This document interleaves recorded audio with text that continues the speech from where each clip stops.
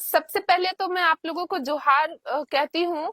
और आज का जो प्रेस कॉन्फ्रेंस है, जो मैंने प्रेस कॉन्फ्रेंस रखा है, ये निशा भगत के विरुद्ध में है कि आज मैं निशा भगत के विरुद्ध एक और एफआईआर दर्ज कराई हूँ अरगोड़ा थाने में। और उस एफआईआर में निशा भगत के विरुद्ध में जो लिखा हुआ है कि निशा भगत गौ मांस खाने के लिए मुझे प्रेरित कर रही थी जबरन। निशा भगत सेक्स रैकेट चलाती है। और मेरे साथ भी मुझे जो एक लड़का है जिसका मैंने नाम भी लिखा है एफआईआर में, उसके साथ बेचने का कोशिश की थी। और बहुत तरह का इस एफआईआर में उस पे आरोप लगा हुआ है।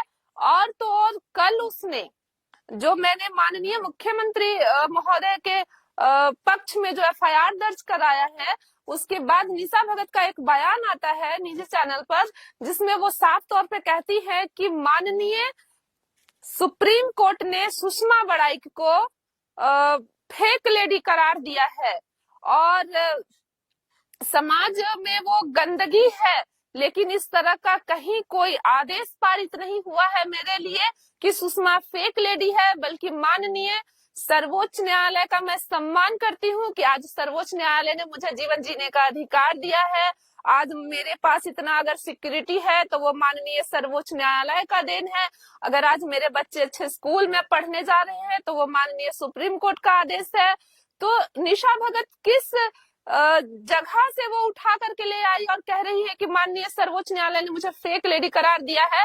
और मैंने इस पर उस पे एफआईआर दर्ज कराया है और बहुत जल्द इस पर उसकी गिरफ्तारी होगी, क्योंकि उसने मुझे भी यौन शोषण करने का प्रयास किया, मेरे साथ टॉर्चर की है मुझे, यहाँ तक कि वो लोग सेक्स रैकेट चलाती है उसके सारे एविडेंस मैंने थाना को प्रोवाइड कराया है। और इसी पर मैं बताना चाहती हूँ समाज को कि ये जो निशा भगत है वो वाकई में समाज के लिए गंदगी है।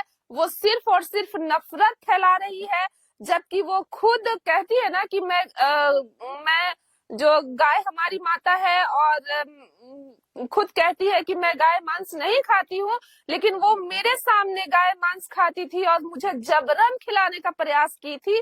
तो आज वो जब जिस चीज से वो निकल के बाहर आई है, तो आज ये समाज में भ्रम क्यों फैला रही है जाति और धर्म को लेकर के। तो इसी वजह से मैं आज प्रेस कॉन्फ्रेंस की हूँ। और जो रांची के जिला प्रशासन है उनसे मैंने निवेदन किया है कि जल्द से जल्द उनकी गिरफ्तारी हो।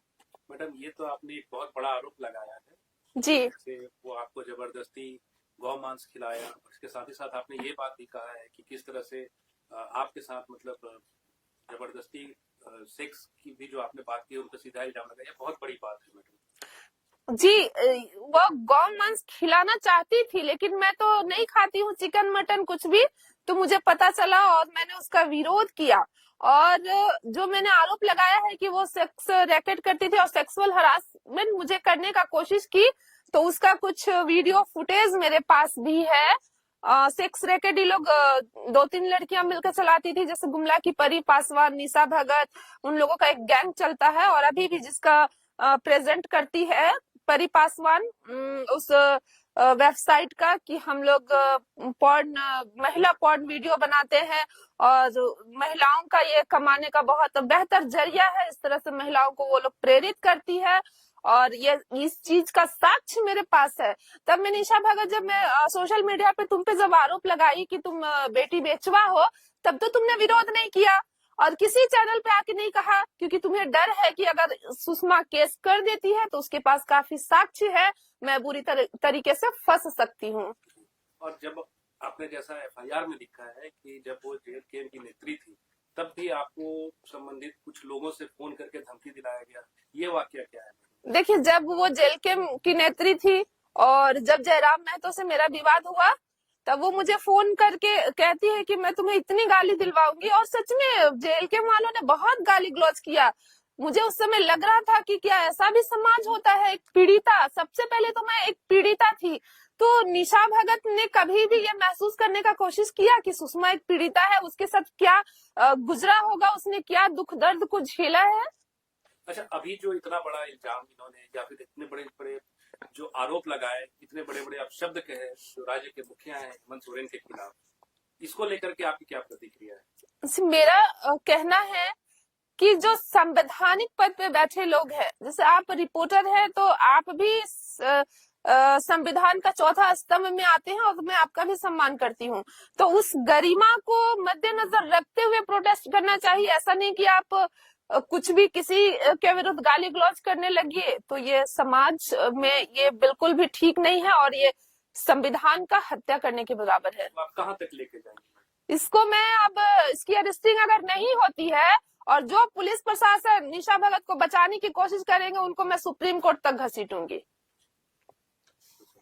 निशा भगत जी तो लगातार बताती है कि वो समाज सेवा कर रही है और लोगों का दर्द जो है वो देख नहीं पाती हैं, इसीलिए वो ऐसा आवाज उठाती है। भले वो गलत शब्दों का चयन कर लेती हैं, लेकिन अंदर से कहीं ना कहीं वो पीड़ित रहती हैं या दुखी रहती हैं कि जो लोगों के साथ जो बुरा हो रहा है उसको लेकर के वो ऐसा बोली। तो आपको नहीं लगता कि आपको शब्दों पे नहीं उनकी भावनाओं पे जाना चाहिए? अच्छा, आप एक भी कोई भी केस उठा करके कोई भी मुद्दा हमें कोई प्रेस रिपोर्टर बता दे कि वो आज तक किसको न्याय दिलाने का काम की है, किसके लिए? सिर्फ सड़कों पे चिल्लाने से हो जाता है कि मैं नेता हूँ, मैं मंत्री बन जाऊंगी, मैं विधायक बन जाऊंगी?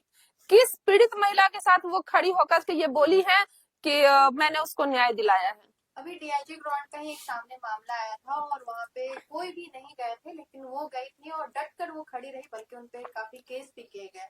तो वहाँ के जो पीड़ित रैयत थे उनके साथ वो खड़ी रही। देखिए, उस मैटर में मैं ये बोलना चाहती हूँ कि जो निशा भगत वहाँ डीआईजी ग्राउंड गई थी वो माननीय उच्च न्यायालय का आदेश था और अगर उस पे हमें रोक लगाना है तो हम माननीय उच्च न्यायालय जाएंगे। जैसे कि 4 साल से एक पिटीशन पेंडिंग था, उसी सुनवाई के दरमियान उसमें स्टे लगाया गया कि सभी पीड़ित को मुआवजा दिलाया जाए।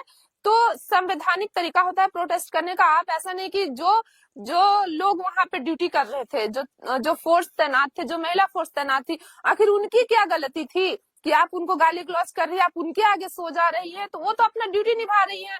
तो वो सरकार से पूछ के थोड़ी आएंगी कि आपको थप्पड़ मारना है या आपको हमें घसीट के हटाना है या तो हमें थाना ले जाना है। आप उस तरह का माहौल क्रिएट कर दी। एक संवैधानिक तरीका से आपको प्रोटेस्ट करना चाहिए। और अभी भी आपने उनके लिए क्या किया? क्या कोई PIL फाइल करके उन्हें मुआवजा के लिए मांग की या फिर उनको घर देने का, पुनर्वास देने का कुछ निवेदन किया आपने सरकार से? ऐसा कुछ भी नहीं की है। तो आपको क्या लग रहा है कि ये निशा भगत जो अपनी उपस्थिति दर्ज करा रही है आदिवासी समाज के लिए, ये सिर्फ राजनीतिक भावना से ही प्रेरित है? ये समाज को धर्म के नाम पर लड़ाना चाहती है और ये जो संभव नहीं है, जो दूसरे राज्य में हो रहा है, जो विदेशों में हो रहा है। ये अल्पसंख्यक देश है, यहाँ पे सभी धर्मों का सम्मान होता है और निशा भगत ये मंशा में कभी कामयाब नहीं होगी। हम ऐसा पूरा प्रयास करेंगे।